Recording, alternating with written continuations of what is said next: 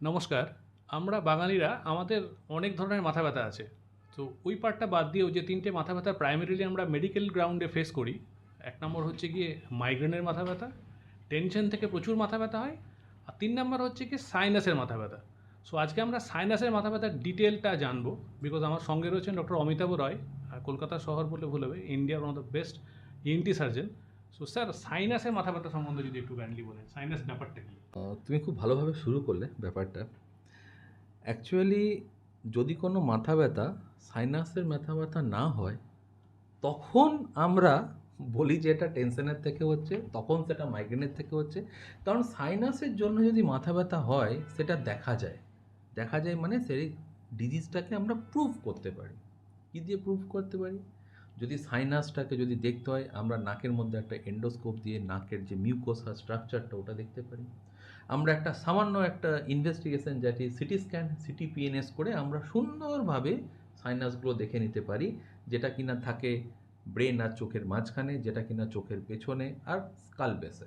কথা হলো যখন পেশেন্ট আপনার কাছে আসবে সেই মোমেন্টটা নিয়ে আপনি বুঝলেন এটা সাইনাসের ব্যথা, এটার ব্যথা, ওটা ধরুন একটা পেশেন্টের ব্যথা উঠেছে।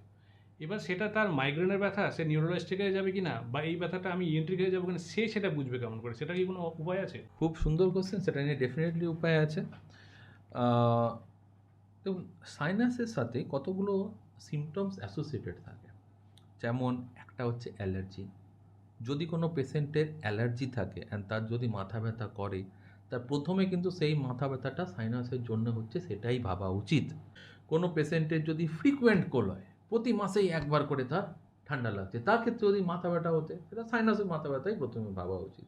এই স্প্রিং সিজনে যাদের একটু অ্যালার্জি আছে, বা ধরে রাখুন ওই টাইমটাতেই বেশি মাথা ব্যথা হয়, বা ধরে রাখুন যখন গরম থেকে ঠান্ডা পড়ছে ওই টাইমটাতেই যখন মাথা ব্যথাটা হয়, তাহলে তাদের ক্ষেত্রেও কিন্তু ভাবা উচিত যে এটা সাইনাসের জন্য হতে পারে। এখন অবধি যদি আলোচনাটা আমি সামারাইজ করি তাহলে সেটা দাঁড়ালো, সেটা হচ্ছে সিজন চেঞ্জ একটা ফ্যাক্টর, অ্যালার্জি একটা ফ্যাক্টর।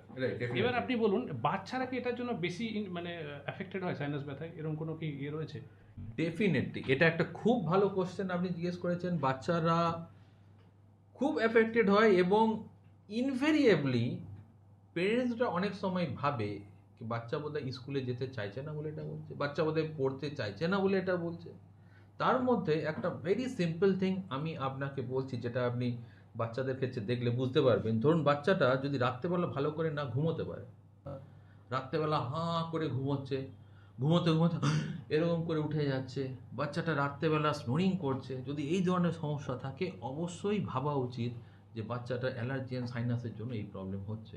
আচ্ছা, এই বারবার সাইনাসে ইনফেক্টেড হওয়া, বিশেষ করে বাচ্চাদের ক্ষেত্রে, এটা কি কোনোভাবেই ইমিউনিটি কম হওয়ার লক্ষণ হতে পারে?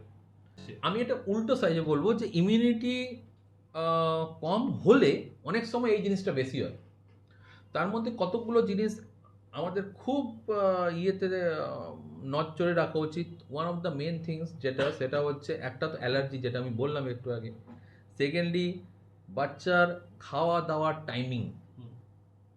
আমরা অনেকেই শুনি যখন আমরা ওষুধ দিই, তখন মায়েরা বলে বাচ্চা তো সকালে উঠে কিছু না খেয়ে স্কুল চলে যায়, আমি সকালে ওষুধটা দেবো কী করে, আপনি বাচ্চাকে ওষুধটা দুপুরে লিখে দিন।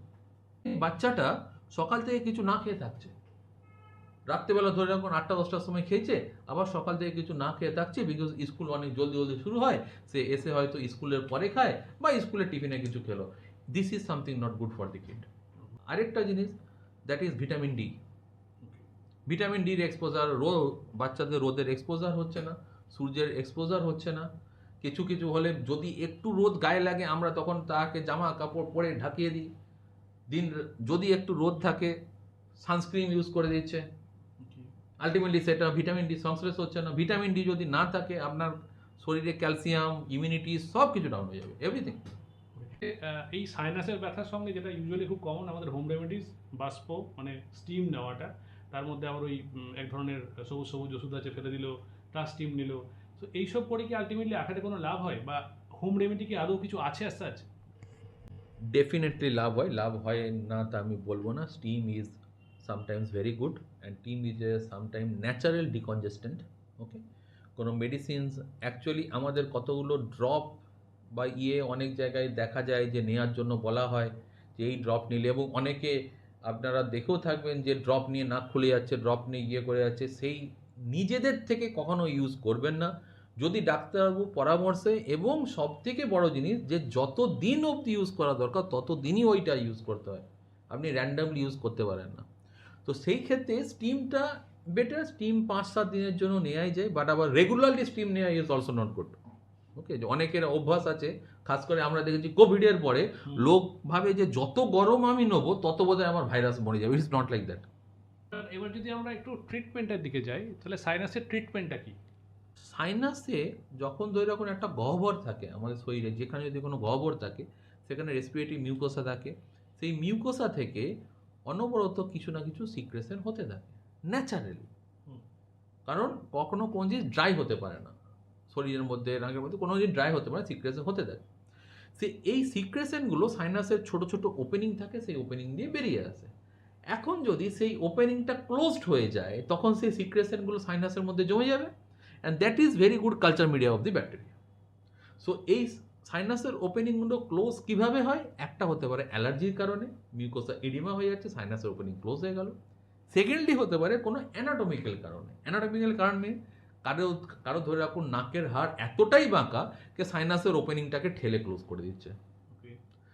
ভেতরে কতগুলো নাকের ন্যাচারাল স্ট্রাকচার থাকে, যেমন মিডল টার্মিনেটের মধ্যে হাওয়া যদি ভরে যায়, মানে হাওয়া ভরা থাকে প্রথম থেকে, সেটাকে আমরা বলি কনকাবুলাস। মিডল টার্মিনেটটা নর্মাল যেরকম ন্যাচারাল হয় সেরকম না থেকে যদি খুব বড় হয় তখন সে সাইনাসের ওপেনিংগুলো ক্লোজ করে দেয়। সো এরকম যদি অ্যানাটমিক্যাল কিছু কজ থাকে সেই ক্ষেত্রেও হতে পারে, but both the things should be corrected. যদি এই দুটো জিনিস কারেক্ট করা হয়, আর এই দুটো জিনিস মেডিসিন বা সার্জিক্যাল, এই দুটো জিনিস থেকে কারেক্ট করে দেওয়া হয়, ডেফিনেটলি সাইনাস থেকে মুক্তি পাওয়া সম্ভব। এমন নয় যে সাইনাস মুক্তি পাওয়া সম্ভব নয়। তার মানে মেডিসিন, তার না হলে সার্জারি। সাইনাস সার্জারির একটা খুব বদনাম যেটা রয়েছে, সেটা নাকি আবার ফিরে চলে আসে, এই সার্জারি করে খুব একটা লাভ হয় না। এটা নিয়ে কতটা আজকের ডেটে কি আমরা সেই জায়গায় দাঁড়িয়ে আছি, নাকি চেঞ্জেস হয়েছে? দেখুন, এই ক্ষেত্রে আমি একটা জিনিস অবশ্যই বলবো, sinusitis is a medical disease, it's not a surgical disease. So basically যদি আপনি জিজ্ঞেস করেন, I would say sinusitis is a medical disease, surgery is to help the medicines. এই যে সিজন চেঞ্জের জন্য আপনি যেটা বললেন, তাহলে কি এই চেঞ্জেসের সময় কি কি প্রিকশন নেবে? মানে আমরা কি মাস্ক পরে সারাদিন ঘুরে বেড়াবো? কারণ এখন AQI level is very high. এইগুলোকে মাথায় রেখে আপনি কি প্রিকশনারি মেজারমেন্ট বলবেন? আর একটা ধুঁয়ো থেকে আপনি সহ্য করতে পারছেন না, সে ধুঁয়ো থেকে আপনি অ্যালার্জিক নয়, আপনি ইরিটেন্ট, সে ধুঁয়োটা হাটিয়ে দিন, you will be all right. Okay, so দুটো জিনিসের মধ্যে কিন্তু ডিফারেন্স আছে, একটা ইরিটেন্ট, একটা অ্যালার্জেন। আচ্ছা, খাওয়া দাওয়া রিলেটেড কিছু কি আপনি লাস্ট মোমেন্টের গাইডেন্স কিছু দেবেন? এইগুলো খাবে, এইগুলো কারণ, বিকজ আপনি বললেন অ্যালার্জি একটা বড় factor. So anything like that, যে এই যে I would definitely say that one thing is the lactobacillus. Lactobacillus is very good for the kid. Any food contain lactobacillus, that is actually very good for the kid to develop the immunity, and is give protection against the allergy also as well. এটা allergy against protection দেয়, immunity ভালো করে grow করে। Secondly দু তিনটে জিনিস, যেমন কিছু কিছু জিনিস যেগুলো ভিটামিন সি রিচ, যেমন আমলা is very good for the immunity, haldi is very good for the immunity. সকাল সকাল উঠে যদি আপনি হলদি আর আমলা একসাথে একটু বেটে আর একটু গরম জলের মধ্যে দিয়ে খেয়ে then, your immunity will generally will be good. But এটা একদিন করলে হবে না, you have to continue it for 6 months, 1 year, 2 years like that, then only you will get the result. Okay, আপনি যদি ভাবেন যে আমার সর্দি করেছে, আমি আজকে আমলা খেয়ে নিলাম আর হলদি খেয়ে নিলাম, কালকে আমি ঠিক হয়ে গেলাম, no, it is not. Thank you sir. এবার তাহলে আমি যেটা বলে কনক্লুড করবো সেটা হচ্ছে, মাথা ব্যথাটা যদি সত্যি সত্যি সপ্তাহখানেক ধরে, মানে সপ্তাহ অবধি ওয়েট করার দরকার নেই, 5-7 দিন যদি থাকে, নিয়মিত বাষ্প নেওয়া বা স্যার যেগুলো যেগুলো বললেন প্রাইমারিলি, সেগুলো করার পরও যদি থাকে, তাহলে আমার মনে হয় চিকিৎসকের কাছে যাওয়া উচিত। সেটা অবশ্যই কনফার্ম হয়নি মাথা ব্যথাটা কী ধরনের, মাইগ্রেন হলে অবভিয়াসলি নিউরোলজিস্টে যাবেন, বাট যদি বুঝতে পারছেন স্যার যেগুলো বললেন সেখান থেকে যে না, এটা আমার সাইনাস জনিত, তাহলে অবশ্যই নিকটবর্তী কোনো ইএনটি সার্জনের কাছে যাবেন। ভালো থাকবেন, সুস্থ থাকবেন, ধন্যবাদ। নমস্কার।